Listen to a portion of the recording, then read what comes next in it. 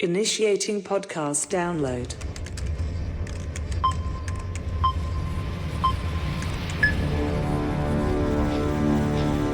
Prepare yourself.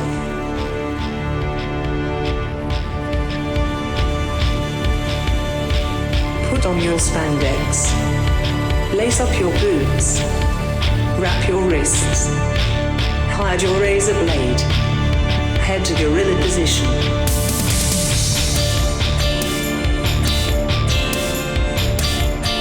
Grease up your hair.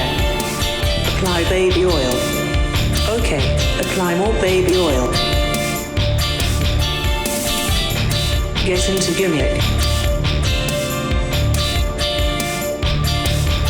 Keep your ears open and your mouth shut. Have fun and be safe out there, brother. Welcome to I'm on Wrestling. Now your host, Gregory Iron. Hello again, everyone. Welcome to another edition of Iron on Wrestling with Gregory Iron. I'm your host, Gregory Iron. This is episode 97, and today our guest is going to be Ray Cray. My good friend, Ray Lyn, stops by to share some of her story, chat with me. It's been a long time since we had a conversation.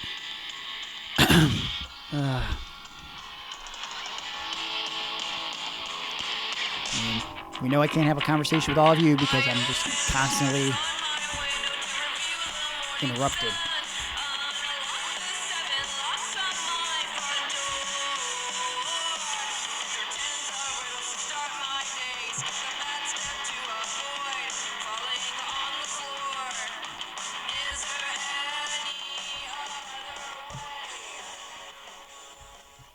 Pardon the interruption. Yep, hi.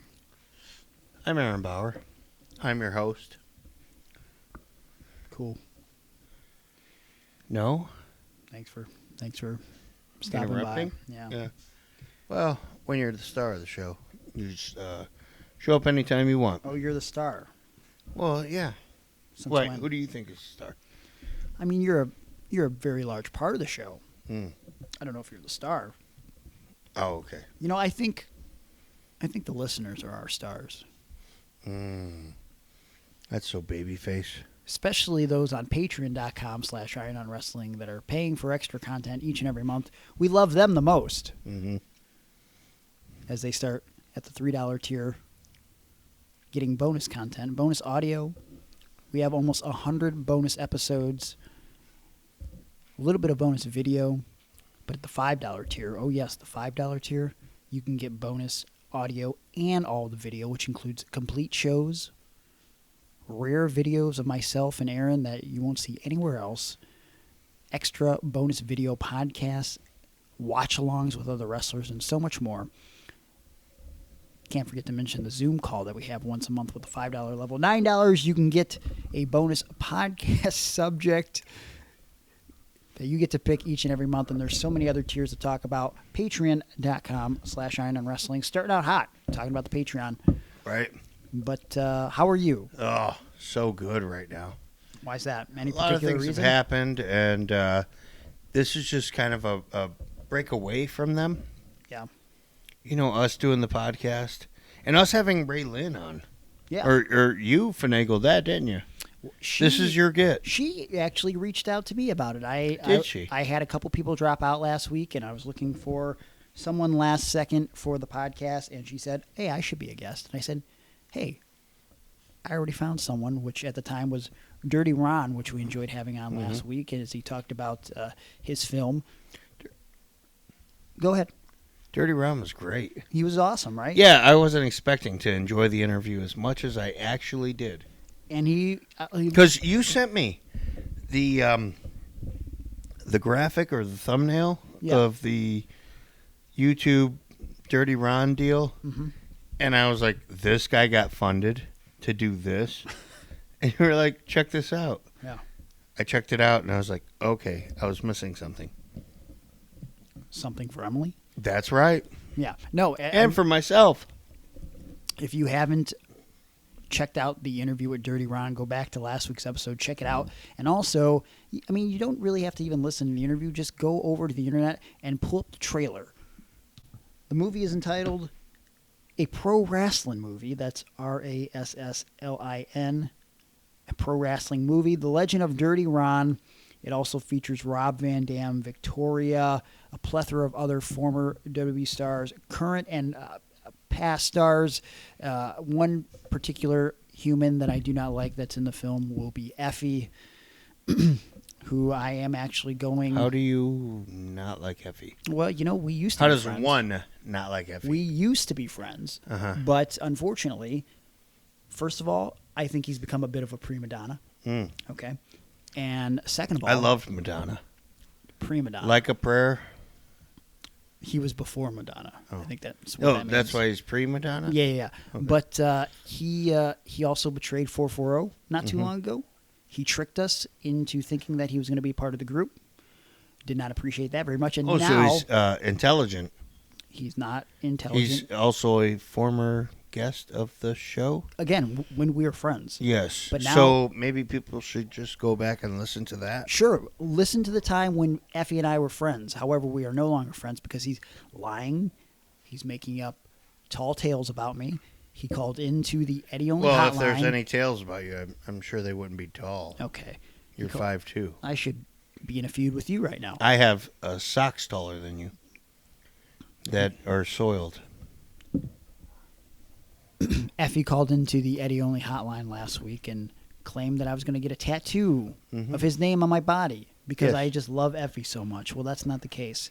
In fact, I hate Effie so much that on social media last week I issued a challenge. And Aaron, this is a pretty big challenge, okay? See, You're Effie- going to get a tattoo. no.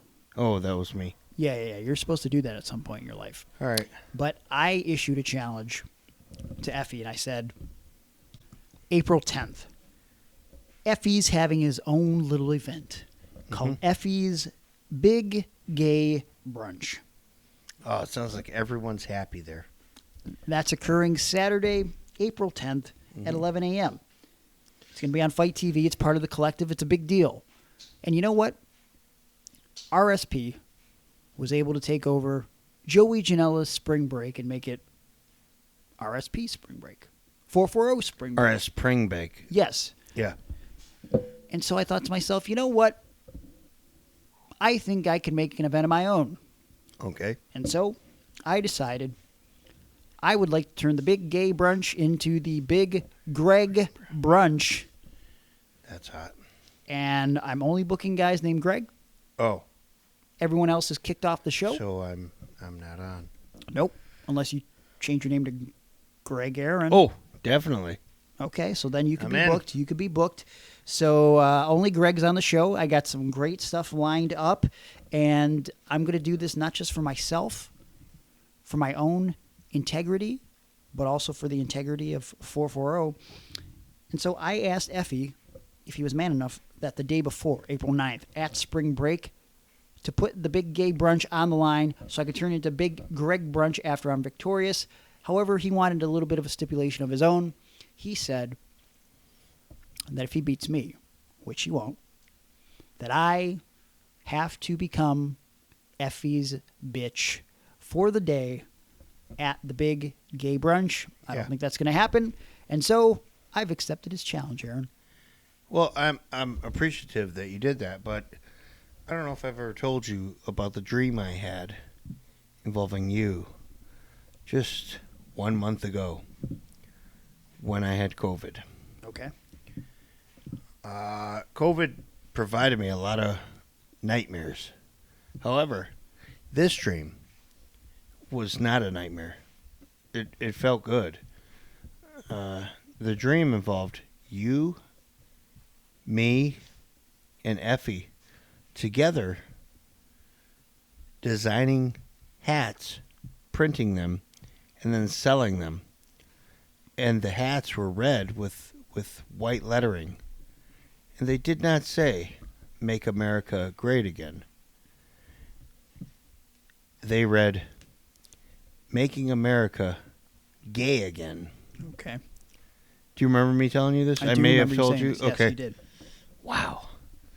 That was a real dream I had, and I'm a little upset that we never followed through on that. But that's probably my fault because COVID. Yeah. Well, there's still. Well, you know what? We can make those hats for this weekend because we're going to make America Greg again. I like that. That's what it's all about. But I really like Make America Gay Again. This Saturday, expect the big gay brunch at 11 a.m. on Fight to become the big Greg brunch when I beat EFFY at Spring Break at 8 p.m. Also on Fight TV this Friday night. It's going to be a hoot, a riot, if you will, when I win. I'm looking forward to it. A riot? Yes, a riot. Wow. A Ruby riot? She's a good friend of mine, so Yeah. perhaps, but she will not be booked on the show Oh. because A, her name is not Greg, and B, she is under contract with the WWE. So That's right. Going to cause a little bit of a problem. Hey, man, are you fucking Pokemoning right now? Well, just right now. I mean, you Tinder all the time while we're I doing don't- a podcast. That's in the past, man. I Why, don't did you do find that. something? I might have found something. Well, that's all I'm trying to do. I'm trying to find a shiny Pikachu. You're not trying to settle for one, though. You're trying to catch them all. Yeah. You're damn right. yeah, you like that, didn't you? Okay. I fucking You broke popped it. me. Hey, Fuck you. before I hear you talk a little bit about Ray Lyn and your experience with her, I wanted to share this with you because, as I told you before I leave for Tampa this Thursday, I had something I wanted to share with you, and I waited till we started recording Yeah. to tell you this. And I wonder, as I say this, what Ricky Shane Page would think. So I did a show this past Saturday. Mm-hmm. It was in the Dayton, Ohio area. Oh. About 3 hours and 15 minutes away from me. Yeah. Had a good time. Good show. Nice little turnout. All COVID rules were adhered to. Yeah, blah, blah, blah. Match was fair. I Uh-huh. wrestled a gentleman by the name of Bigga Black. Really? Yes. It went well. Yeah. Big boy. You might say he's a little bigger than most. Yeah. And got done early. Sold some gimmicks at intermission. So I said, hey, I'm going to hit the road, promoter man. He said, okay, later. And I grabbed my gear bag. And I grabbed my T-shirts. And I grabbed my book bag with some of my essentials. Mm-hmm. And I hit the road. Okay. So then I wanted to stop at the Waffle House. That's why I wanted to get out of there a little early now, because Waffle House is closed around 10 or 11. Oh. So I want to make sure I made the Waffle House, and there's no Waffle Houses around the Cleveland-Elyria area. Okay. Stopped and got some Grippo's pretzels, which are only available mostly in Dayton, Cincinnati, That is and true. Columbus. Mm-hmm. Got about 10 minutes away from home. Okay. No. And And then you realized. I had to put something in my back seat in my trunk, right? Mm-hmm. So I pop open my trunk, Mm-hmm. and I look into my trunk, and I just stare inside the trunk for a second, and then I do a double take to my back seat, because I think to myself, maybe I didn't see this large item in the back seat. So you're shaking your head. Yeah. I put my T-shirts. Not up and down, side to side. I put my 'Cause I T-shirts. see where it's going. I put my bag of T-shirts in the car. Uh-huh. I put my book bag in the car. Yeah. Guess what I left somehow in the parking lot of the show that I was at next to my Just car? tell me. My bag of gear. Mm. I left all of my gear Mm-hmm. 3 hours and 15 minutes away. CP. I immediately called the promoter, and at this point it's after midnight, and I said, hey, please, God, tell me that you have my bag of gear. And he said, yep, my boy found it by the trash can. Don't know how it ended up there. Boy. And so I have a day off on Wednesday, which I was going to pack and everything. Yeah. So now, as you're hearing this podcast on Wednesday, I'm probably currently driving Uh-huh. to somewhere near Dayton, Ohio, to pick up all of my wrestling gear, so that way I have outfits to wrestle in You're for the collective literally week. the stupidest man anybody has ever met. I mean, look. I will say that's a pretty dumb blunder. I rolled the bag to my car, and then I did not put the bag in the car. You ever put something on top of the car, drove off, and then was like, oh, where's my coffee from Starbucks? Yeah, I've my done that. blonde Akimato or whatever the bullshit is. Yeah, I mean, I've done stuff like that. Yeah. That's much different than an entire bag of spandex. I get it, and I think that was my point. Where's my orange mocha frappuccino? Okay. For, $4.79. Well, this is all your gear. Yep, and my boots.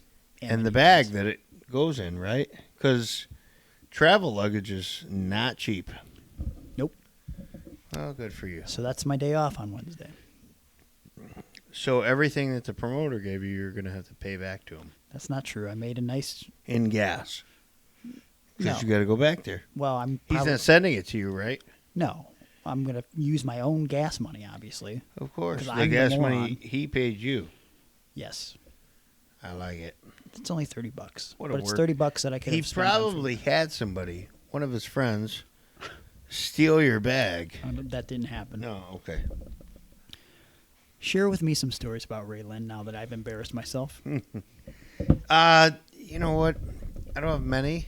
I loved the photo shoot that you guys did with me. No strings attached. In Cleveland.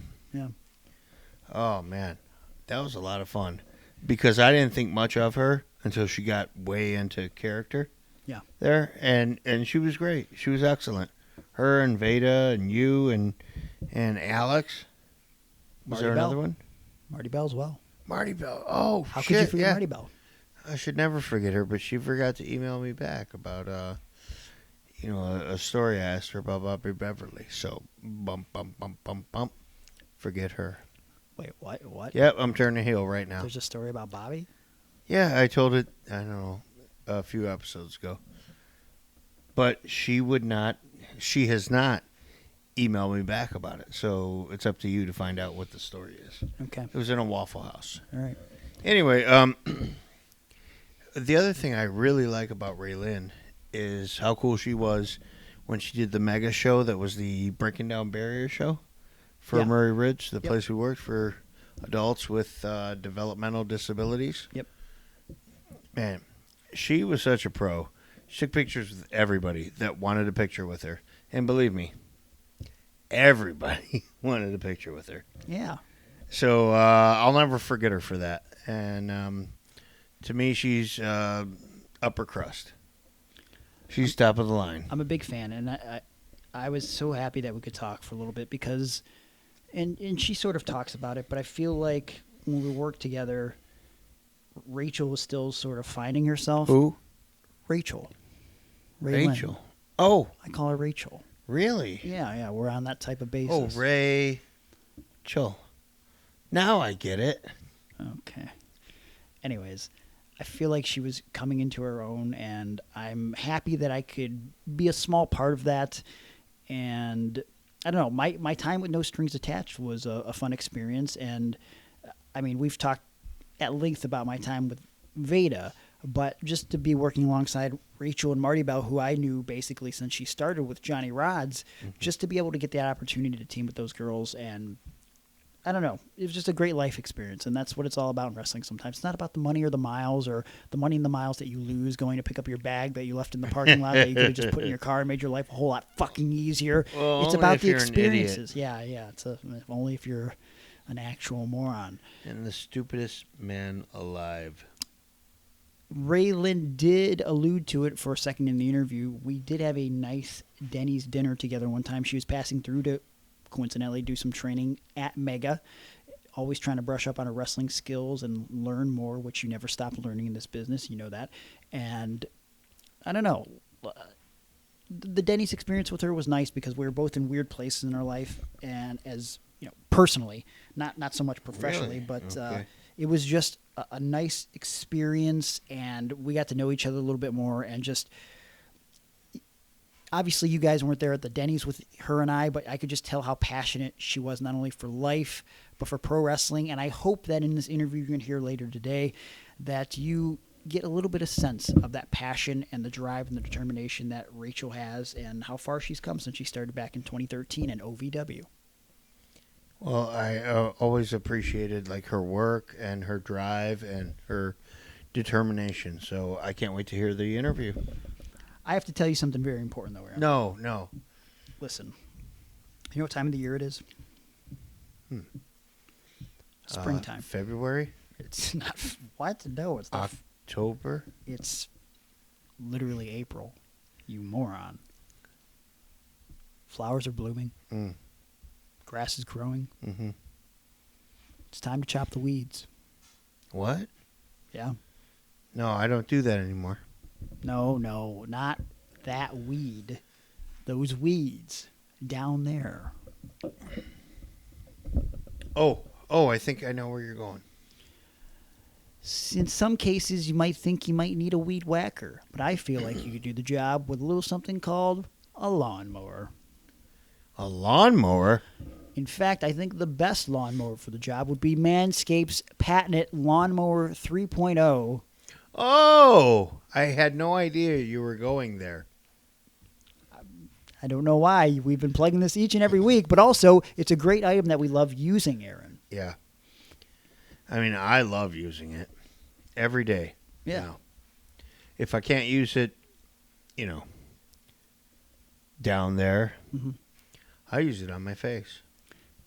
You're not supposed to do that because the point of the Manscaped tool was so that you eliminate using the same product that you use on your face. Yeah.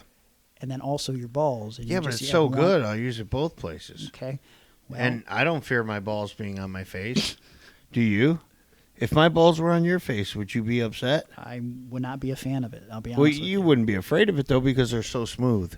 That's very important in the whole process. It leaves you finely groomed, and if you have any problems with that, Manscaped really helps with that because they have an incredibly strong motor on it, but it's got a great light. So if you're in a dimly lit area, the light helps you see those more sensitive areas. It doesn't have to be dimly lit. Have you ever cut anything? In the shaving of your area. I've done it with razors, but I've never done it with Manscaped. Yeah, well, you know what I'm saying. Right here, right now, in front of all these people, I'm gonna tell you, you need to see what's going on, and that light helps out a lot, even if it's on your face or your hair. Yeah, I've shaved hair with it before. Head hair. What? Yep. Why? Yeah, well, somebody asked for it, and that was that's it. Lawnmower 3.0 is the best that there is. Wait, did they know that you were using the same We're tool? not talking about that right now. Okay, well, that's really weird. Well, I'll shave you. No, please don't. Do you need a fade? No, I don't. You can I'll also cut one of those roses in your hair. No, I don't want anything. Do you like want that. a GI in your hair? No. No. I could do the Iron-On logo. No, but you know what? The great thing about this tool is, though, you can also use it in the shower. And we all know that if you shave in the shower... I have used Go ahead. my tool in the shower many a time. Okay, we're not talking about... We're Wait, talking about what? using that tool Yeah. on your tool, not extracurricular activity in the shower. I don't even know... I don't even want to know what you do with the the ball toner and the ball deodorant in the shower. Oh, well, it's not in the shower. Okay. It's when I get out of the shower. That's... There, I'm going to tell you everything I do with it. No, you don't have to. Oh, Please don't. okay. Is that just for Patreon? No, it's not. oh. But I'm just telling you, everyone, whether you're on Patreon or you're listening for free, should know that the ball toner and the ball deodorant helps your testes smell the besties. I just came with that on the fly. I mean, this is what I'm doing right now. Okay. You don't like that? No, I like it. Yeah, you better like it. You know what else our listeners are going to like? They're going to like that What they are they save gonna like? 20% off, and they get free shipping if they use promo code PARDON. What's the promo code? Pardon. Pardon. P-A-R-D-O-N. You can't spell pardon? You just stopped? I got to the par part. Okay. Pardon. Pardon. Save 20% and get free shipping. And you know what? We'd be telling my dad about this right now if this moron didn't say some shit in the background while I was trying to call my dad. So I just wanted your dad to know that I appreciate him. Yeah. Anyways, also, have you tried the fragrance that I gave you today? Oh, here, smell my neck. What do you think? Smells magnificent. Thank you. I haven't put anything on yet. Hold on. Wait. Okay. Give me a second. Okay. All right, I'm putting it on now. Ooh. Oh, it's so luscious and creamy. Well, man. Hold on. I ain't done. All right, I'm rubbing it in right now, right on the Adam's apple. Okay. Go ahead, get you some. Okay. Go ahead. I'll unzip my pants. Okay. What do you think? It's good. It's right by the tattoo. Yeah, I just had to see the commish. tattoo. It's gross. You don't like it? They also have a great cologne in which you can use from Manscaped. So check that out on the website as well. Again, 20% off. Refined. Yes, it's very refined, and you'll be refined yourself. Yeah. Yeah, I know that's the name. Thank you for mentioning that. You'll be refined as well if you order the cologne or perhaps even the Lawnmower 3.0 and use promo code PARDON. Save 20% off and get free shipping. I'm done. All right? No. Give it a little more spritz. Okay. Can you hear this? Okay. Yeah, I think they heard it. All right. Oh, yeah. Give it a shot. I probably put it on too much, but I need you to smell it. It's never enough. All right? It's never enough. You're never enough. Moving on, though. Hey, listen. We're going to go to some more ads from our sponsors. When we come back, we're going to have the interview. What about this box that Refined comes in? What about the box? We're going to go to the interview. That's nice. Yes, we're going to go to the interview with Ray Lyn right after. Do you think Ray Lyn would like, the Refined cologne? I think so. I think if you you should ask her. If you enjoy this interview with Ray Lyn, gentlemen out there, ladies too, perhaps maybe you'll get a chance with her if you use promo code PARDON and buy some of our equipment. Maybe, possibly, perhaps. All right, let's go to commercials now. If you're in the pro wrestling or entertainment industry, you probably realize how important it is to have merchandise. Not only does it help you when it comes to bringing in additional revenue for yourself, but the look and feel of merch is a representation of the brand you're building. So you definitely don't want it to suck. Now you're probably asking yourself, well, where can I find a reliable and reputable artist that'll make me a solid t-shirt or pin design that'll make me look and feel like a superstar? Well, I've got the answer for you. Of the Dead Designs. Of the Dead Designs is a one-man merch company ran by artist Juan Ortiz. Now, his name may not be familiar to you, but his artwork should be, because you've likely seen his designs on TV and Hot Topic, and he's created some of the highest-selling shirt designs in Pro Wrestling Tees history. Of the Dead Designs has created artwork for the biggest names in WWE, AEW, ROH, Impact, New Japan Pro Wrestling, and beyond. I'm talking guys like Hulk Hogan, Ric Flair, CM Punk, the Young Bucks, Kenny Omega, Road Warrior, Animal, the Lucha Brothers, Jungle Boy, even yours truly. Now you're probably saying, whoa, I'm not in the league of the Young Bucks or Hulk Hogan, brother. There's no way I can afford artwork from Of the Dead Designs. Well, I'm here to tell you you're wrong, because Of the Dead Designs is affordable. Juan isn't just looking to create art for the superstars of today. He wants to make it for the superstars of tomorrow as well. And look, Of the Dead Designs doesn't just do artwork for wrestlers. He'll create merch for your band, your podcast, your dance troupe, your kids' pee-wee football team, your daughter's school bake sale. Heck, got a girl that you're afraid to talk to, but you stalk on Instagram and like all of her photos at around 2 or 3 a.m., and you've been hoping that she get the hint like, hey, I really like you, but she has yet to slide in your DMs, and now you think, well, I got to take it to the next level, so you get Of the Dead Designs to use a photo of her ex-boyfriend as a reference to create artwork, but you replace the ex's face with your face, and then present this custom artwork to the chick with hopes that she'll kiss you directly on the lips. Of the Dead Designs will do that for you. With over 14 years of experience and a portfolio of clients that speaks for itself, Of the Dead Designs will make your artwork at a reasonable price. And hey, if you mention this ad, you'll save $10 on your first design. Of the Dead Designs still has spots open for 2020, so you gotta act fast. If you're interested in a design, contact Of the Dead Designs right now on Instagram at ofthedead209, on Facebook at facebook.com/ofthedeaddesigns, or at his website, ofthedead.weebly.com. Of the Dead Designs, bringing artwork to life.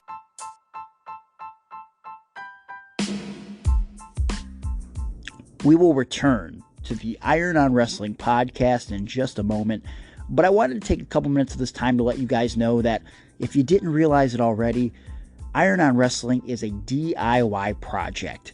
That's right, I'm recording all this myself, I'm editing it in-house all by myself, I'm coming up with the segments and the content, and I'm making sure that each and every Wednesday, by investing countless hours of my personal time, you guys have a new, unique, and entertaining episode blasting into your ear holes. So I hope you don't mind that for a few minutes each episode, you have to deal with a little bit of advertising. Because, quite frankly, I gotta pay those bills somehow.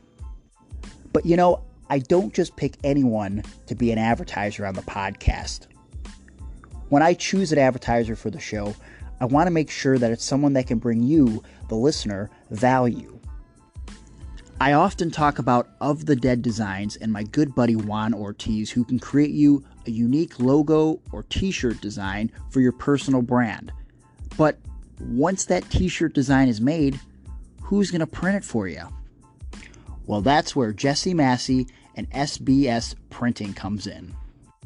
Jesse is a good friend of mine, and much like me in this podcast, he's DIY. For over 10 years, Jesse has been printing t-shirts and hoodies in the comfort of his own home, and he's been the official t-shirt printer for guys like myself, Atticus Cogar, Eddy Only, Ricky Shane Page, basically all the 440 guys.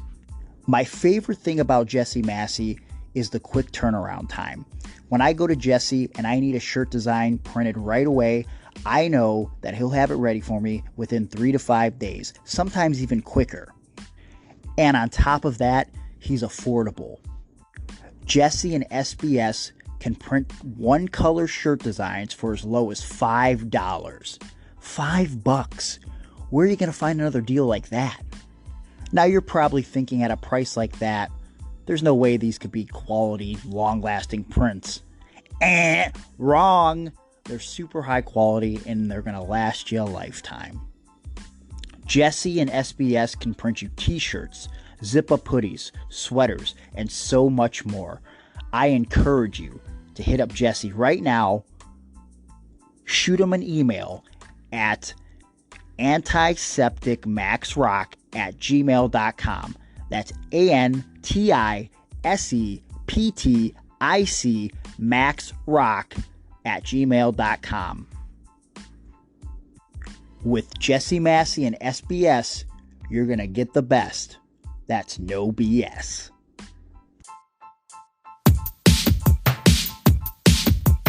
Hey, Dad. Hey, wait a second. That's my line. But I have a question. Okay, shoot. How did you get into wrestling? Oh, that's an amazing, nay, legendary story. So imagine, Central Illinois. I was 16, flipping channels. Wow, great story if it ends now. Well, hopefully it gets better. So when I was flipping those channels, I found Hulk Hogan, the immortal Hulk Hogan. Do you know who Hulk Hogan is? Of course. How do you know him? Alright, never mind.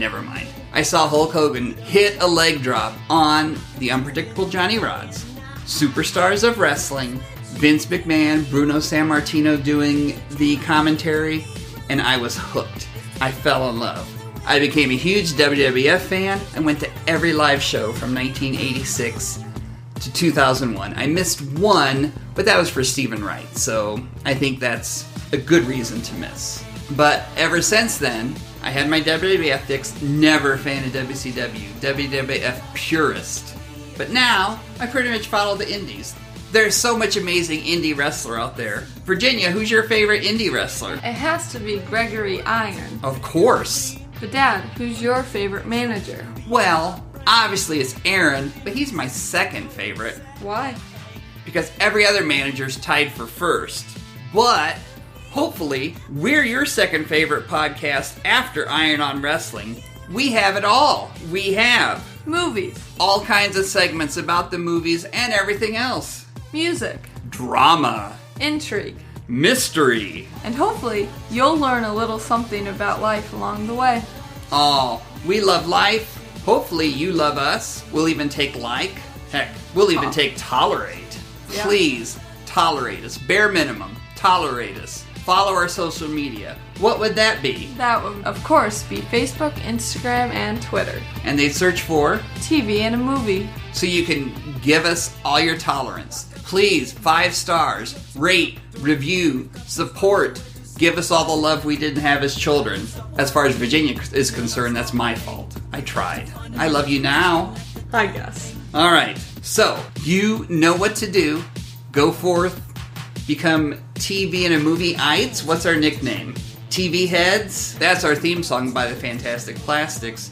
But no matter what, check us out, go to social media, listen to us. We are TV and a Movie. Bye, all. Peace. Before we go to the interview with Ray Lyn, we had some more folks call in claiming to have seen Eddy Only in the past couple weeks. And if you've seen Eddy Only, you could give us a tip, a message, anything you know about Eddy Only. Call into the Eddy Only hotline. Where is he? We want to know. 440-296-9242. And if it's helpful enough, we'll probably play it right here on Iron on Wrestling. Here's some of the tips we got this past week.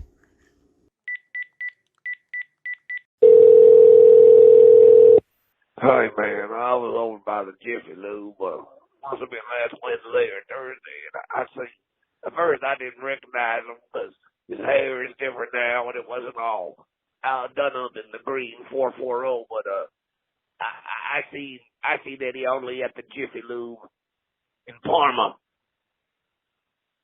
Thank you. Hey, RSP. Yes, I heard that Eddy Only, he's over at Jim Cornette's house. He's being his personal butler. He's cleaning his bathrooms. He's cleaning the attic. He's doing all these special little things for Jim Cornette because he wants to get into the Smoky Mountain Hall of Fame, even though he was never in wrestling for the Smoky Mountain Hall of Fame wrestling show. But anyways, Eddy Only, please come back. We miss you. You're our favorite 440 member. Please return. You're special. Smoke some smoke in my face. We'll see you later. Goodbye and good night. Thank you. Fuck you. Bye. Hey, yeah, man. Hey, let me tell you something right now. I seen Eddy Only when I walked up into his tattoo studio one time, not that long ago. Hey, Maureen, shut your trap. I'm trying to leave a voicemail. Hey, yeah, it ain't cut right. Go on back out. I don't care. Anyway, I tried to go get a tattoo from this man. I wanted a bald eagle riding atop a U.S. submarine. Bless the Navy, baby. And Eddy Only told me that's a dumb idea. I said, Eddy, you better watch yourself, boy, because I'm paying you to do my work. Now you listen to me. If you don't give me this tattoo, they might find you in a ditch. Guess what? He didn't give me the tattoo. You about to find your boy in a ditch. That's right. Mm-hmm. Hey, I know where Eddy Only is, baby. He's trying out for the Marywood Children new show because he will be the greatest, biggest star in Hollywood because he's Eddy fucking Only, baby! Haven't talked to this person in a long time, and I'm super excited that she actually reached out to me when I was looking for some last-minute podcast subjects, and I thought to myself, why didn't I think about reaching out to her in the first place? My longtime friend, Ray Lyn. It's good to see you. What were you thinking? I wasn't thinking. Clearly, look, I have an excuse, though. I have cerebral palsy, which is technically brain damage. Ow, okay. I'm just going to make it awkward right off the bat. Does that work every time? Works every time. No, not at all. Because most people that know me just go that you can't use that as an excuse, Greg. You're a pro wrestler. Yeah, Greg, come on, get with it. Sorry. You're probably actually one of the smartest people I know in pro wrestling too. So that's not true at all. Come on. It is. Why do you say that? Just you helped me so much along the way with just like advice on matches, on everything really. Well, I appreciate that. We did work together for like a solid 2 years there, and it like at that point, how long have you been wrestling when we started working together in AEW? Maybe 2-3 years, but like when I was first trained, they taught me things and said, you'll never use this. So I was such a character. I didn't know how to wrestle at all, but you helped me kind of mix it together as I was learning to wrestle, how to put that character and the wrestling together. Wow. So I was probably 2 or 3 years in. 2, I would say 2. Okay. And you started at OVW, right? Yeah. Were you training with Rip Rogers? I trained a little bit with Rip. I love Rip. I know he has a reputation. Yeah. But he's one of those people that's too smart for his own good kind of deal. For sure. So I love Rip. I trained with Nick Dinsmore to start off with. And then that's whenever NXT first opened, and then he ended up going down there, and I trained with Al Snow after that. So character's always been a really driving force in my career at the very early start. Yeah. Did you start in about 2013? 2013, 2014. I get so confused on that year. I don't remember. I honestly don't remember. I think I had my first match in 2013. I'm like, what was it, 2014? Everything's kind of a blur because I've lived in so many different places in these past like 8-9 years too. And I've been wrestling for 7, but before that I was kind of like gypsy-ish, and I was just moving around trying to find myself. Yeah, so. you were in Pittsburgh, you were in California. Where else did you go? Detroit, Louisville. When I was 18, I ran away with this boy to Nashville. Yeah. What? Why? Yeah. Love, I'm going to imagine. Oh my gosh, I guess. I mean, what do you know about love at 18? But we don't realize that when we're 18. We don't know that. I'm like, God, I wish I could slap that girl. But I had a lot of valuable life lessons. I always say that. I'm like, man, I made some really dumb decisions. I work with a girl that's like 19. So I'm like, I'm not telling you what to do. And I'm like, I'm not the smartest person in the world, but I'm like, I think I'm kind of wise beyond my years because I made so many bad ones. Yeah. So I'm like, I'm not telling you what to do, but this was my experience. Yeah, right. Well, I mean, again, like I feel like now that we're in that position where we can give advice from all of these life experiences that we have, we are now the people that used to say the same things as us and try to help us before we screwed up. But sometimes you just got, sometimes you just got to put your hand on the stove and get burned. I tell people that too. I'm like, you're going to make mistakes and it sucks. And hopefully they're not really horrible, life-changing mistakes, but we all make mistakes. It's like a growing process. So I feel like anytime you're going to go and judge someone off of something silly, stupid they did, you got to kind of think like, oh, I might have done that too at one point.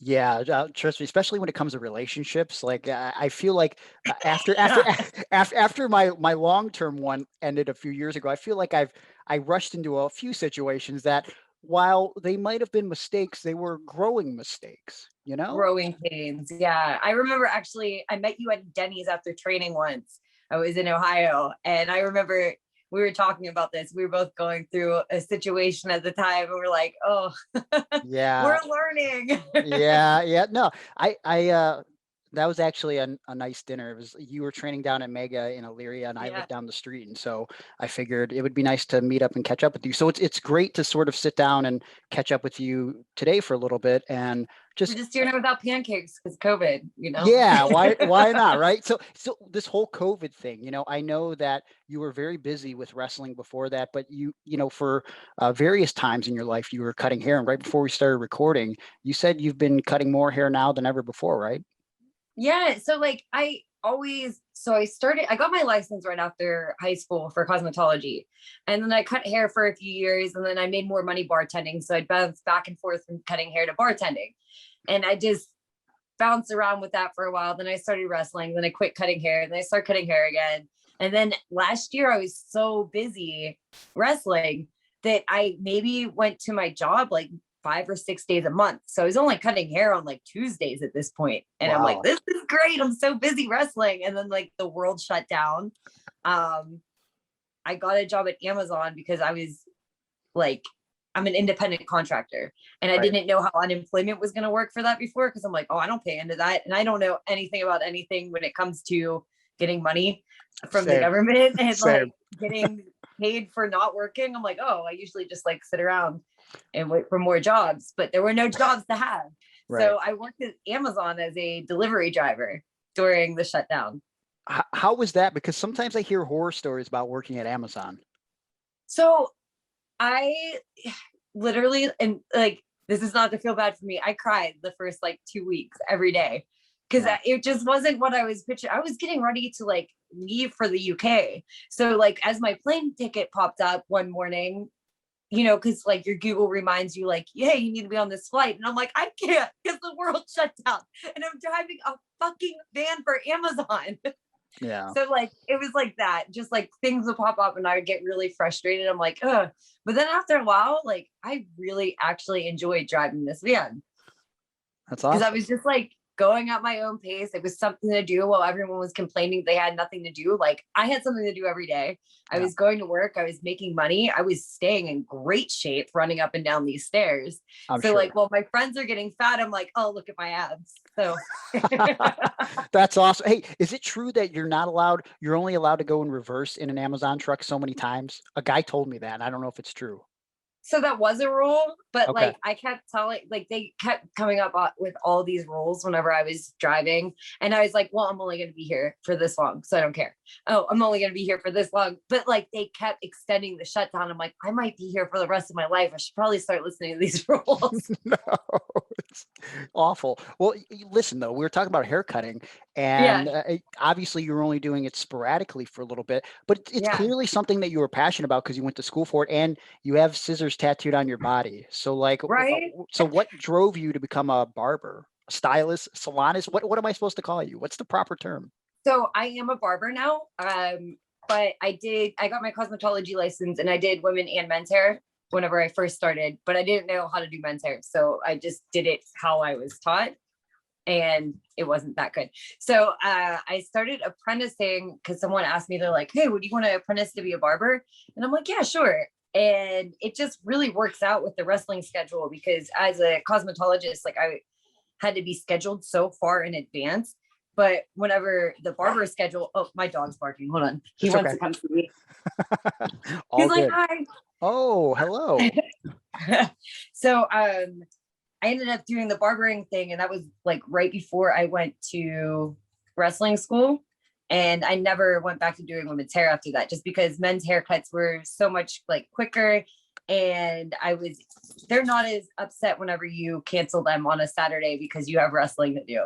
Right. They're fine with getting rescheduled. So it's just an easier schedule for me. Eventually, like when I quit wrestling, I probably will go back into doing both though. That makes sense. Obviously you do a great job cutting hair, but what would you say is the biggest haircut blunder you've ever had? Biggest haircut blunder I ever had. Ooh, this is great. So this is when I just started this job in August. So this is like a new job I have and I'm cutting this guy's hair and like, we are not seeing eye to eye. Like I'm making jokes and he's like not liking them. And he's like really sassy with me. And I'm like, okay, whatever. So he's telling me what he wants. And I'm like, I don't really understand. Could you show me a picture? So he shows me a picture and I cut his hair the style of the picture. He goes, this is way too short. And I was like, oh, well, I can't put your hair back on. I'm really sorry. I don't know what to do at this point. I've literally worked this job for 3 weeks, right? Yeah. So he's like really nasty with me and he leaves. And then later on, I get a screenshot from my boss, this like letter that this man wrote on, like, I can't remember, it was like a Yelp review or something. He said that I called him in 30 minutes early. I was drinking I'll get back to this part because this is funny. He said I was drinking on the job while I was cutting hair. And just like, he wrote this long thing about how awful the whole experience was. And I'm like, oh my God, like I just started. There is no way in the world that I'm keeping my job after this. Right. So luckily there were other people working at the time, and they saw how this haircut was going, and they saw that this guy was just a dick. He was just a dick. He was not there. Like, he was ugly on the inside and the out, and there was no style I could have gave him to make him happy. Right. But he said I was drinking hard seltzer on the job. I drink those Celsius. Yeah. So they're in the white can, and like, I think I was getting ready to start wrestling again. This is in August. I had some bigger shows coming up, so I was dieting. And like earlier in the day, like a customer had brought beer to the thing, and I gave it up. I was like, oh no, I'm not drinking right now. Like, dieting pretty hard. So my boss was like, I know you weren't drinking. And he's like, he took a picture of the can, sent it to the guy. He wrote him a review, and he's like, how in this time, in this economy, with COVID going on, are you going to attack my business like this with lies? So like, the best thing ever was this man to say that I was drinking on the job. So that was like the biggest, that was the biggest issue I had. I also, when I was younger, I was like 20 years old when I started cutting hair. So I had a big attitude. Yeah. So when I would cut like 16 or 17-year-old girls, sometimes I'd get into it with them. Oh, really? Yeah. Like, what kind of spats? There was a girl that came in to get her hair done for prom, and she got a haircut she got a haircut first, and she had me wash and dry her. And I was like, oh, you're a freaking idiot. Like, if I would have known you were getting an updo, I wouldn't have washed your hair. I'm like, obviously, all girls know this. You don't get your hair washed before you get an updo. So I'm getting into it with this girl, and then her mom's yelling at me, and I'm yelling at her mom, and my boss is like, go outside. Go Jesus. outside. Not good. No. It could be worse, I guess. But, hey, you were talking about dieting. How's your dieting been during COVID? Because, depending on who you talk to wrestling wise, things have been up and down, because some guys are doing more shows than others. So maybe they're a little bit more relaxed on their diet. How's your diet been? I feel like I've been pretty on point with everything. I've been wrestling quite a bit again, but even when I wasn't wrestling, I work out enough that, I've been having more pizza than usual, but it hasn't really affected me. Yeah. That makes sense. I stay pretty on it. How have you been? I feel like I'm fine, but like, I was talking to someone about this a couple of days ago. I feel like in 2020, I was a lot leaner. And while I feel like I'm a little bigger in a good way now, like I want to be more lean in the abdomen area, and it's like really bothering me. Like, and sometimes I go to my brain like, well, I'm about to turn 35 this year, and maybe it's genetics catching up with me. But then I think to myself, if someone else said that, I would say that's just an excuse. You know what I mean? Right. So I don't know. So those bottom abs I'm struggling with a little bit more than usual. But other than that, I feel like I'm okay. Yeah, I feel like I do get into food that I shouldn't eat a little bit more often, but I'm still pretty happy with how I look for the most part on shows. Yeah. How often have you been wrestling now? I would say maybe every weekend, just once. Whereas before I would do multiple shows, but I'm trying to be like very selective with my bookings as well. I'm not trying to go places like, my main concern is keeping the people I cut safe, keeping the people I work with safe. So I'm trying to be very selective and only going to shows that make you have masks on while you're there, shows that are making the wrestlers get tested beforehand. Like, I'm looking at stuff like that. I'm trying to be as responsible as I can be and still live. Yeah, no, you got to be super conscious about these things, and because it's one of those things that I've talked about in the past. It's like I'm not crazy about wearing this mask on my face. Like, who is, right? Like, it's not exactly the best fashion statement, but I will continue to wear the mask as long as I have to make other people feel safe. And when I walk into a gas station and I see like this one middle-aged white man who, just he's just being defiant and a dick, and it just refuses to wear the mask because he doesn't believe COVID or whatever. It irritates me so bad, because it's like, how could you be so selfish and not care about the well-being of others? And it's exactly that. Like, I just feel like is it really, they're like, I just don't like people telling me what to do. Well, we tell you to put your seatbelt on when you get in a car. It's basically the same thing. It's like, think of other people. It's not always just about you. It's about the whole world as a picture, like a bigger picture, Yeah. I mean, hopefully the light is at the end of the tunnel. We could see it. We're going to be out of this COVID stuff soon, and we'll be wrestling more. But let's talk a little bit about wrestling. So you've been doing this since roughly 2013, but what pushed you to want to become a professional wrestler? Does it start childhood, watching wrestling growing up? So I didn't really watch wrestling growing up. My story's a bit different than other people. I saw it. I grew up with all boy cousins. We wrestled, but I didn't know who the wrestlers were. So yeah, we played wrestling, but I wasn't like a huge fan. I was more Power Rangers and Ninja Turtles. That was my jam. Wrestling was okay. I remember my one friend, we would play with her action figures. I didn't know who they were either, but they were fun. I got into wrestling later on. I was 22 or 23. My father passed away. He committed suicide. It was a lot. It was really heavy.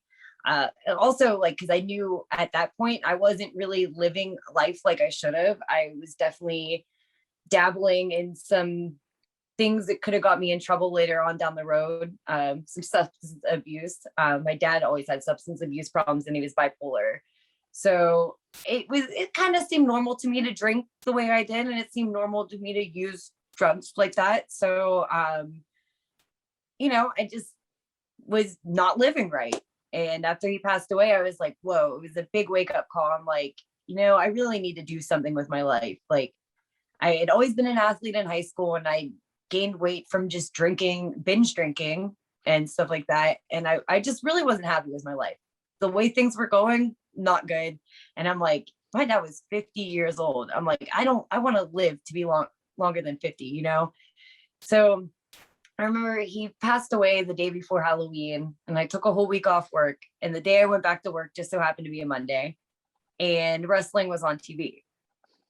And I looked up, and the guys always watched it on Mondays, but for some reason this Monday I looked at the TV and I said, I'm going to do that. Like, hey, I said, I'm going to go do that. I'm going to be a wrestler. So I started looking into it. Everyone thought I was joking. I quit drinking. I wasn't going out with my friends anymore. Now I'm going to the gym, and I'm eating right, and I'm losing weight. And everyone's like, oh, you're not eating because your dad passed away. Are you okay? And I'm like, I'm dieting. I'm exercising. That's why I'm losing weight. And I started looking into it. I started checking out schools. I remember I checked out a school here in Pittsburgh. I checked out 2 schools here in Pittsburgh, but then I heard about OVW because I'm like, that's where John Cena went, right? John Cena went there. That's where I need to go. So I checked out OVW, and I was like, this is where I need to go. This is where all these WWE legends came. And whenever I was checking out the schools in Pittsburgh, they're like, oh, do you want to be an indie wrestler? I'm like, no, I want to be a wrestler on WWE. So that was like, I was like, obviously I need to go to the OVW. So within 6 months, my dad passing, I had packed up my car. I saved up a ton of money, which you need when you start wrestling school, because it's not cheap. You can barely make any money while you're training, and it's really hard to find a job that'll work around that schedule. Yeah. As you know. So I know. It was definitely, hey, can you grab him? Yep. He's being wild. Sorry. It's okay. No, but when you pick up and travel to OVW, that's a big life change in a great life decision, especially.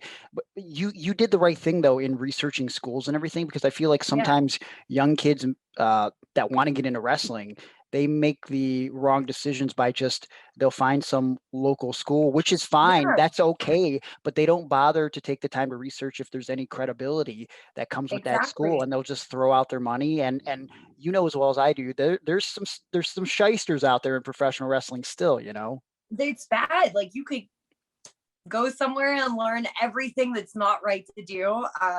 But yeah, I don't know. I looked at it as like a college decision. And also I wanted to leave Pittsburgh. I needed to get away from my friends. If I need to change my lifestyle, I need to get away from the people I'm hanging out with. Yeah. Because obviously friends are, I don't care what anyone says, they are a big influence on what you're doing and how you act. Everyone's like, oh, you changed. And I'm like, I needed to.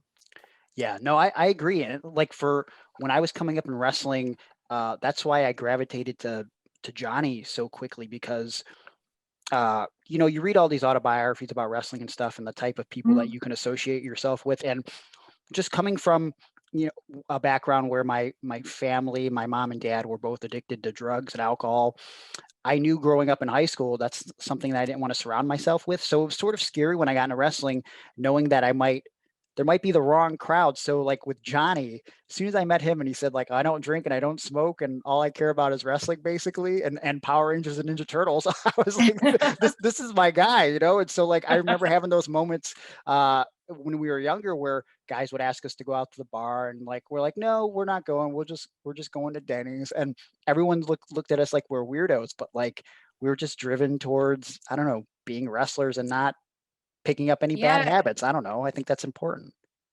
It's funny because people are like, oh, they're like, you got into wrestling to get away from your party life. I'm like, yeah.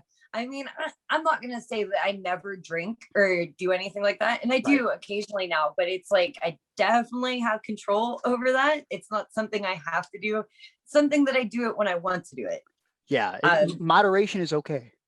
Yeah. Moderation is okay with everything. You can have a cupcake every once in a while, you know? Yes, that's very true. Hey, do you remember when you watched that episode of Monday Night Raw or whatever was on the screen that Monday? Do you remember what it was that intrigued you, that sort of made you go, that's why I want to be a wrestler right there? Weirdly enough, it was just like, I think it was Randy Orton was on, and I think him and John Cena were feuding, and just like the crowd reaction, and they were just like larger than life, right? Like everything they did. And I was so into watching it. And like I said, I wasn't even really a wrestling fan, but I think it was, to me, I was driven by like the character, and it was, I don't know. And I loved the fact that they were somewhere different all the time. I felt very stagnant in my life. I was bartending in a shitty town at a shitty bar. Like I wanted something more, and I love the fact that they were somewhere different all the time. And so now I'm somewhere different all the time, and it's great. It is nice. You know, before I got into wrestling, I think I left Ohio 1 or 2 times. I think I went on a camping trip to West Virginia once. And I often think to myself, sometimes when I'm in a bad mood, and one time in particular, I think back to, I got flown to San Francisco to wrestle, and this was after my long-term breakup, and I was like going through some stuff mentally. And I remember I just had a couple good shows, and I got paid, and I got flown to San Francisco, and I was walking around the park that is shown in the intro to Full House, and I was just listening to music and looking around to myself, wandering, exploring. And I just had this moment of like, you know what? I never in my life, as dumb as this sounds, thought that I'd be at the park that's in the beginning of Full House. And I got paid. I got paid to go here. Life's not that bad. Right. You know, like there's so many moments like that. Yeah. Wrestling creates these life moments that I don't know if we would have got otherwise. Like, have you had like a moment like that when you think about where wrestling is taking you? God, I've had so many like that. I just think like, and I complain about traveling sometimes because I don't particularly like planes, but I think about it like, I think for my 30th birthday, like I was in Vegas. I was wrestling, and then I hung out with my friends after. And then I remember just waking up and being in Japan and being like, this is a place I've always wanted to go, and I got paid to come here. Like, this is awesome. So there's just so many moments, like China. I never in my life did I think that I would go to China. Yeah. That's crazy. And nor would that be a possibility. Now, was that the same tour when you went to Japan, or are these 2 different tours? 2 separate tours. I went to China a few times. Okay. Where did you, who did you wrestle for in China? It's called MKW, Middle Kingdom. Okay. Yeah, I don't know. They followed me on Instagram, and I just so happened to have a Chinese work visa from a whole nother side story. Okay. And I was like, hey, I see you follow me on Instagram. I have a Chinese work visa. You should bring me here. Oh, okay. It was that simple, huh? Yeah. I mean, that's pretty cool though. That's a great life moment. Yeah. Just things like that. Just waking up in a different country. Like I fall asleep on a plane, and when I woke up, I'm in China.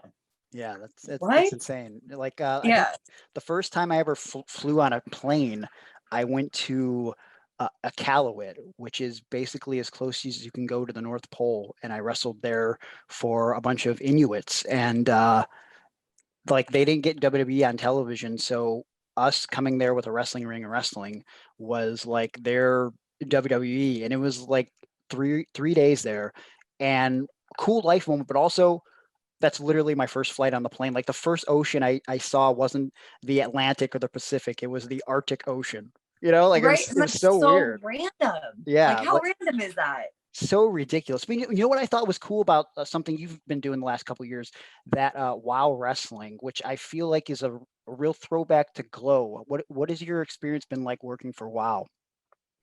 So it is a lot like Glow because the guy that runs the company was the original guy that ran Glow. Why didn't I know that? I had no idea. And then Jeannie Buss, the owner of the Lakers, she's an owner of the company, which is really cool to have a female-owned company. So I love it. It is different. It's definitely a different kind of wrestling, and I like it. I love the production of it. I like watching it back because the production on the show is really cool. I think it's really underrated, and I wish more people would get the opportunity to see it. We haven't done anything in a while. We still have a season we filmed like a year and a half ago that hasn't came out. So I don't really actually know what they intend to do. I know they want to come back. I'm hoping they go with more of a digital platform so it's more available for wrestling audiences. Yeah. That was a big issue, I think, is it was kind of hard to watch. Wasn't it on Access? Yeah, but not everyone has that. Like I know my grandparents upgraded their cable package so they could watch it. Gotcha. What would you say is the difference between your Chantilly character and Ray Lyn? Oh, Chantilly's a desert child, and I never actually had been to a desert till I went out there for that. The character, from watching some of the promos and everything, seems almost sort of hippie-ish.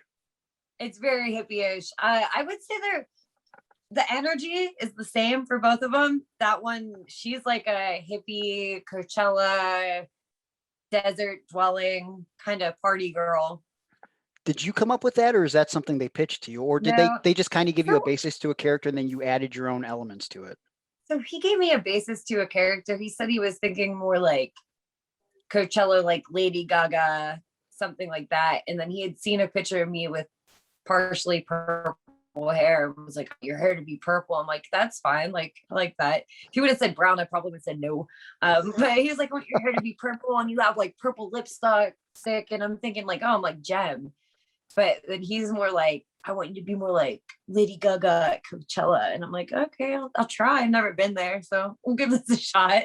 Yeah. Well, I think you made it work, but why are you against brown hair? What's the problem? Oh, I don't look good with brown hair. No? No, I don't think so. All right. Well, I mean, that happens. I dyed my hair brown once and I felt like I lost all of my personality. I was like, I don't really know what to do. Oh my God. Are there any photos of this? I think so, because when I graduated high school, I had just dyed my hair dark. I might need to see these. I'll try to find them. All right. You know, one thing that I guess I didn't realize until doing some research, you do a lot of kicks in your matches that are pretty spot on. Mm-hmm. Is that because that you did martial arts when you were 4? 4, yes. I started when I was 4. That isn't something that I always put out there, because when I started, this is kind of funny. So when I started wrestling, I was throwing kicks in training. I was like, oh, I have a background in karate and I was a kickboxer. And there was a girl there who said, well, you can't throw kicks. They're my thing. But then my trainer was like, no, you throw kicks. That's all you got right now. Like, you don't know anything else. So let's go with that. Yeah. I started karate when I was 4. My mom wanted to make sure I was able to protect myself. My dad was just always getting married to these goofy, trashy bar women. And she just wanted to make sure we were able to protect ourselves at a young age. So I started when I was 4 and I got my black belt when I was 14, I think. Wow, that's crazy. It's really awesome though. Like, so you didn't ever have to put this martial arts to use, did you? No, I never had to kick any of my stepmom's asses. Okay. They were always scared, though. That's good. That's good. Yeah. Hey, random. Did you watch Cobra Kai? I did. I loved it. Oh my God. Isn't that the most it's the most pro wrestling, non-pro wrestling show I've ever watched. Like with the turns and everything. It's so good. So I actually started getting a little bit like, I was like, this is just too much. I can't handle all this drama. You guys need to talk it out. Talk it out, damn it. You wouldn't fight so much if you just talk it out. Right. Well, also, like, it's an amazing show, but sometimes I have these moments, and you could do the same thing with wrestling if you overanalyze it. I stop and I go, this is ridiculous. This is just two shitty little karate schools that are like just fighting and like committing crimes and everything. It's like it's over the top, but I think it's in the best way possible. It is. It's so over the top. I feel the same way. Like it is when you watch wrestling and you're like, there's no way this could happen. But you got to take yourself out of it, right? You got to like be like, this is entertainment. Yeah. Right. Well, like, besides, they're all like multiple felons, you know. But right. What it's just one of those things where you know the magic that we have as performers and as wrestlers is we have to create these moments in which you forget that you're watching, you know, oily spandex wrestling on TV and you're getting lost in the moment. I think that's the beauty of what we do. Creating those moments, and they're not always hard to come by. Yeah. So when you think back to all the things that you've done in professional wrestling and assuming things are going to open up soon, what do you see in 2021, maybe 2022 for Ray Lyn? I'd like to get back to doing international travel. Like I was supposed to go to the UK right before everything shut down. So I'd really like to get back to doing that. I'm hoping there's more TV opportunities. I'm really trying, like, you know, I'm going to be 8 years in at this point. So I'm really hoping to catch some kind of break here soon. That'd be great. Yeah, well, that's always a good thing, right? Well, I think that's always what we're thinking about, right? 100%. But, you know, as I get older and more experienced in wrestling, I do think there's a lot of value for someone like myself on television as a character, but I'm so passionate about wrestling that I'm at the point where if there was an opportunity to write or produce or something, that's something I would totally be all about, because for me, and it's different for everybody, but for me, I feel like it's one of those things where if I can just contribute artistically and help someone connect the dots a little better, or like give them a little piece of the puzzle to make their match complete. I don't know. That's satisfying. But you're really good with that kind of stuff. Like that's kind of your okay. Wheelhouse. I'm okay at it, but I do think I have a better wrestling mind than a wrestling body. Could you ever see yourself doing something like that down the line? No, I mean, I guess I am okay with stuff like that.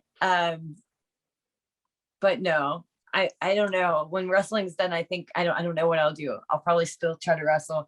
Well, like I feel like, you know, we talked briefly about the AEW stuff. I feel like in those couple years that we were working together, every time we'd plan a match, and the group that we were in was ridiculous. It was you, me, Alex Daniels, who no longer performs, Veda Scott, Marti Belle, and we were called No Strings Attached. And all right, so I want to talk about the TV wrestling more and your future plans in a second, but let's kind of talk about this for a second. Yeah, that was fun. When this was pitched to you as a thing, how exactly was it pitched to you? Oh my gosh. He said he wanted to be, the way he pitched it was even more ridiculous than how it sounds. He says he wants it to be creepy, incestual, like incestual, what? Incestual, like he wanted it to be like Veda was like the mom. Okay, I do remember this. Yeah, weird, creepy, orgy like yeah group. It was just like that's how it was pitched to me, and I'm like, oh, okay. Like, I know, like how you like had no reservations about it whatsoever, because I kind of felt the same way, because in my mind at first, because I felt like in AEW sometimes they would just give me I don't want to sound harsh, but like sometimes the ideas were kind of dumb, and I almost felt like they were almost trying to embarrass me. But I remember when it was pitched to me, I said, you know what? I'm just going to make this work. And I think that's what we did. I think it was one of the most entertaining things on the show. We did. I think even though like I was still pretty limited in my like wrestling experience and ability, I feel like we brought something to the show, and people were waiting to see what ridiculousness we were going to do next. And it really was that, like, from our entrance to like the stupid things we did in the middle to however, oh, it was good. It was so fun. It was fun. Probably some of my favorite wrestling memories to date. Yeah, no, I'm trying to think, what was that? Didn't we do like one 10-man tag match. We only all got the team together one time. And it was great. It was magic.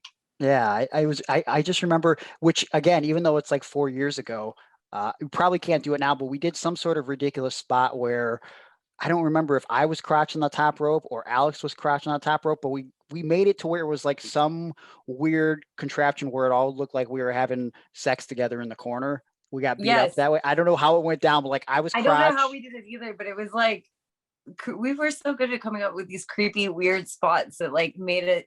I mean, you could be embarrassed easily, but then there's other people like us that had no shame. Right. I mean, it was fun stuff. I think one of the best things about that made the chemistry come together was you and Marti Belle, because you guys had teamed previously as the Torque team. Yeah. Talk to me about your thoughts on Marti Belle. I love her. She's one of my favorite. So I would say I was wrestling for 4 or 5 months, and Marti came to OVW for her Impact tryout or TNA tryout at the time. And there were other girls there too, but Marti had on these purple Nikes, and I went up. I was like, "I like your shoes," and she's like, "Oh, thank you." And like she's like said complimenting me on something, and then we just like clicked like that. I moved up to Pittsburgh about a year later, and I found her on social media, and I messaged her and I said, "Hey, I'm the girl that liked your shoes from OVW. I just moved to Pittsburgh. Where do you train?" So I started going to Streetsboro, Ohio, and training with her. So she helped me out a lot. I love Marti. She's been so helpful, and she's been one of those, like, she's always cheerleaded for me. Yeah, she's a great gal, and I'm glad you could kind of align with her and form a friendship based on love of shoes. Yeah, her purple Nikes. I'll never forget that, because then a couple years later, I had moved to Detroit to do some more training, and there was a girl in my class that had the same purple shoes, and I told her that story, and she's also one of my other best friends now, MJ Jenkins. That's so these awesome. Purple shoes seem to be like a thing, and my people that were trained by Johnny Rods and purple shoes seem to be like my wheelhouse of great friends in wrestling. It just goes together. It wouldn't make sense otherwise, right? So ridiculous. Exactly. Going back to the TV wrestling stuff, you talk about how you just want to get your big break, but you had some opportunities within the last year. I mean, you did Impact a while ago, and you just had some matches on AEW Dark. Talk to me about those experiences.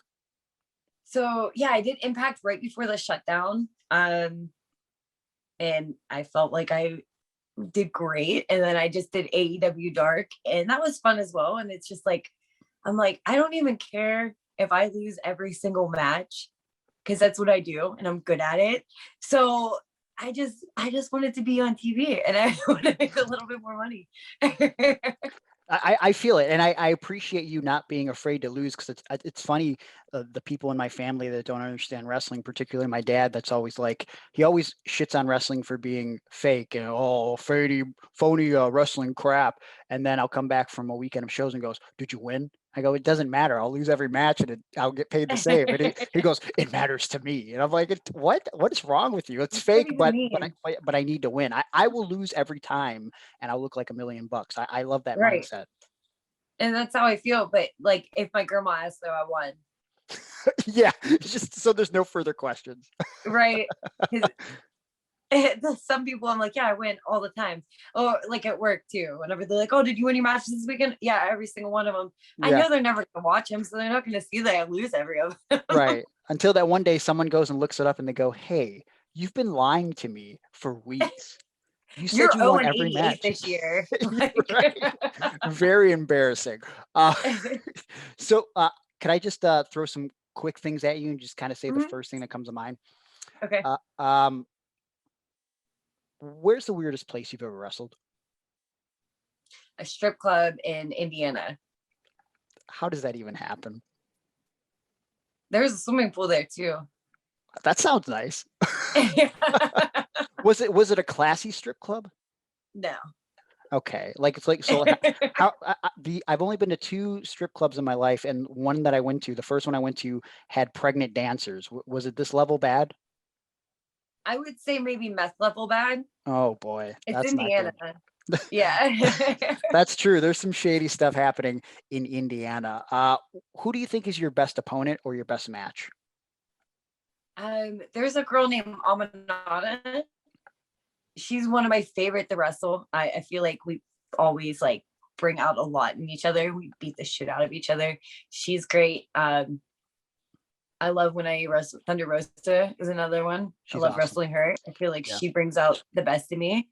And there's so many people that I really love to wrestle. But usually, like when people ask, I'm like Holoden, Zoe Sky, Thunder Rosa, Amanada. My first 4 top picks of people.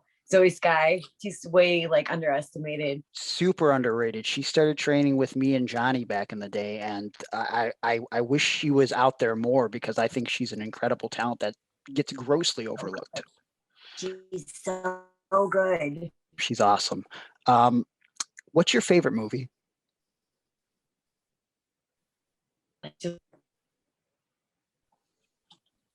You froze for a second. You froze too. You're still frozen.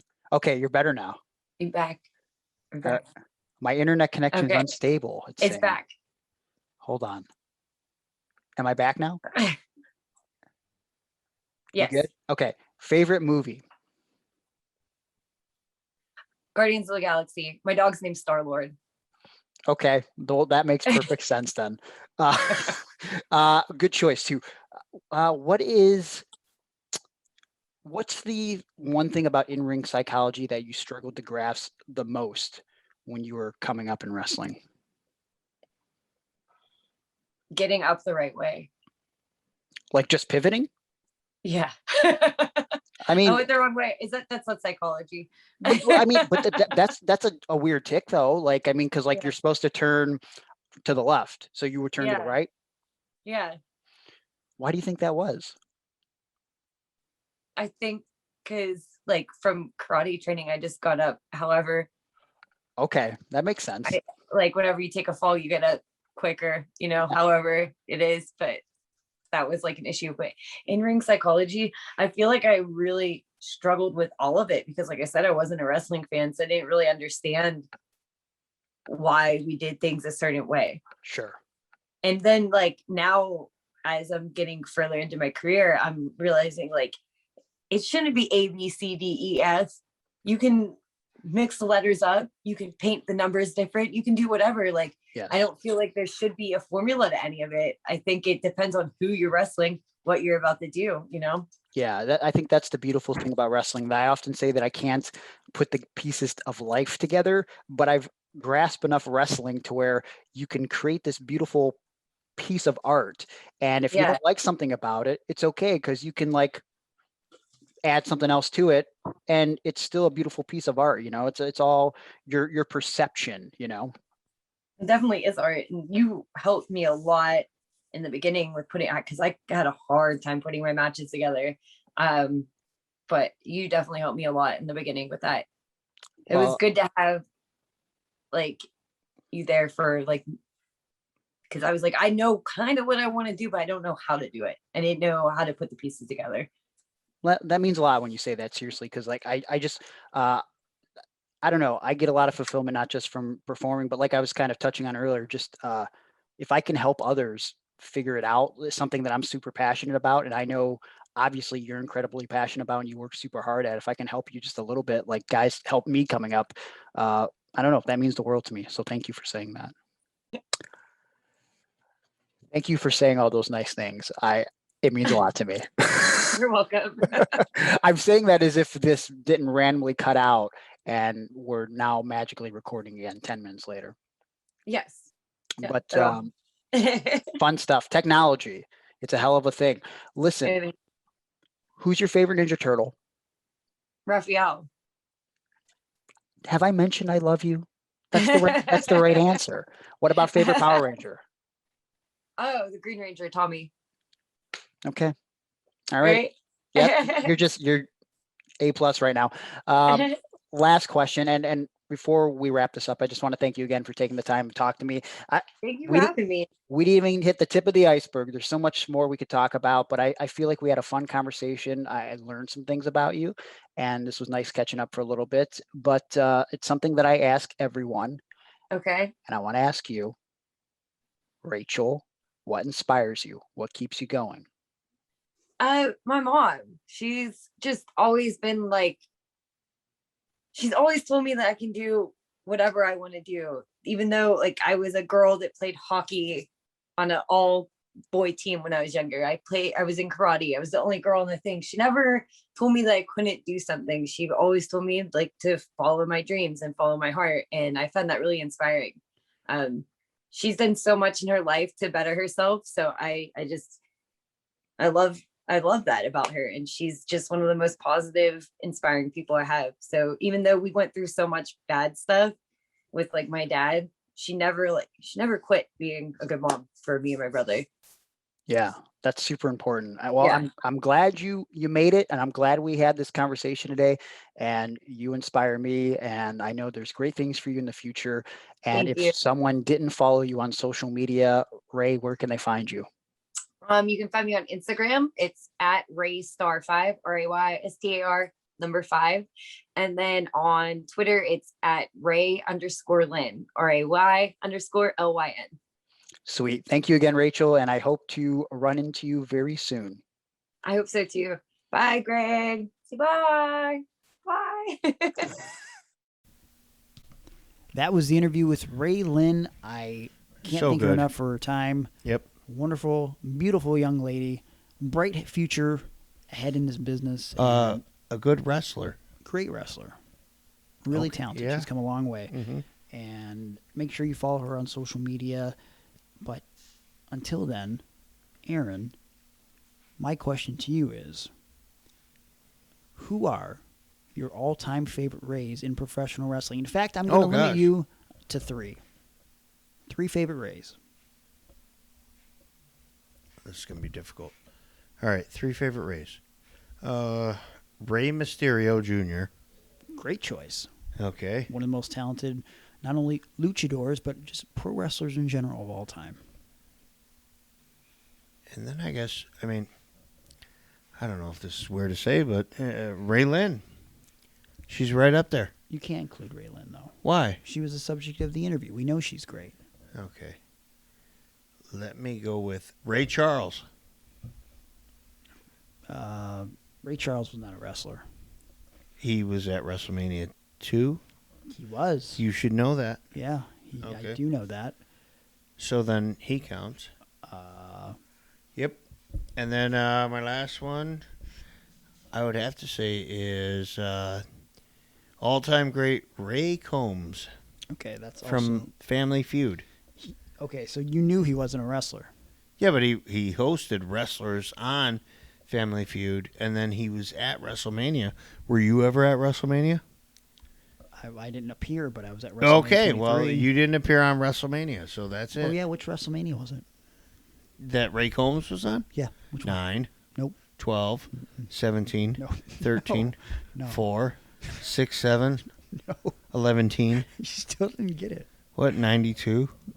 It was 1992. Yeah, I know. Which WrestleMania was it? 53. It was 8. It was one of my favorites when Undertaker had a streak. So that was cool. He was also at Survivor Series 1993. Undertaker was? Yes, but also Ray Combs. Oh. He hosted the Family Feud match. That Ray Combs and The Undertaker were at the same event. Twice they were at the same event. Yep. All right, well, that wraps up this episode. Let's give him a kiss. Really awkward. I'm at Fair to Air, and I'm at Fair to Aaron, and just figure it out. Okay. You can find me on social media at Gregory Iron on Twitter, at Gregory_Iron on Instagram, Facebook as well. If you'd like to book me for... Raven. What? That's my other favorite Ray. Raven. You know that's one name, right? Raven, Ray. like the bird. Oh, I thought it was like Crimson, like the mask. Keep going. If you'd like to book me for your wrestling show, perhaps a seminar, or even a motivational speaking engagement, you can contact me via my email, Gregory_Iron@yahoo.com, or DM me directly on social media. Find me on Pro Wrestling Tees, ProWrestlingTees.com/Gregory Iron. Also on Cameo. And that's it for this week. Come back again next week because I think we're going to have a fun episode. I'd like to think we have a fun episode every week, but Aaron, Are you excited about next week's episode? Hey, bro. I'm definitely excited about next week's episode. Wait, what does that mean?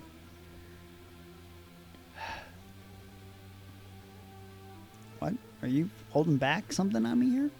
I don't have anyone lined up. What? Why are you kissing me?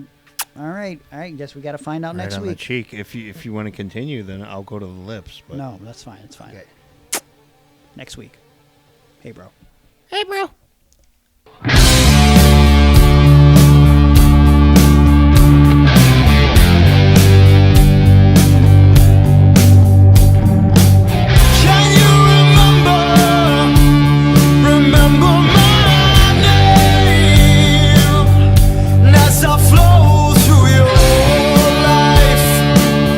Oceans I have flown. Whoa.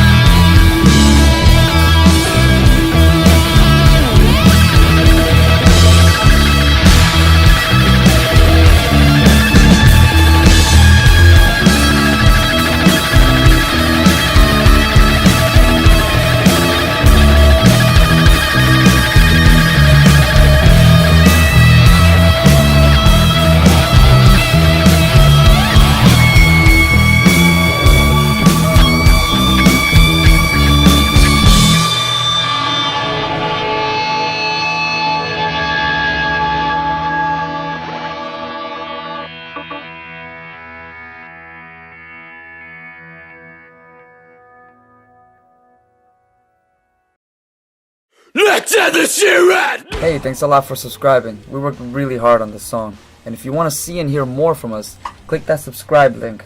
It would really help us out. If you liked our Deep Purple cover, then click here to watch our Sepultura cover with our good friend Marcus Medina. We had a great time jamming and recording. Also, click here to watch one of our originals that was featured in College Radio Day's compilation album. It's an album full of New Jersey's best local bands.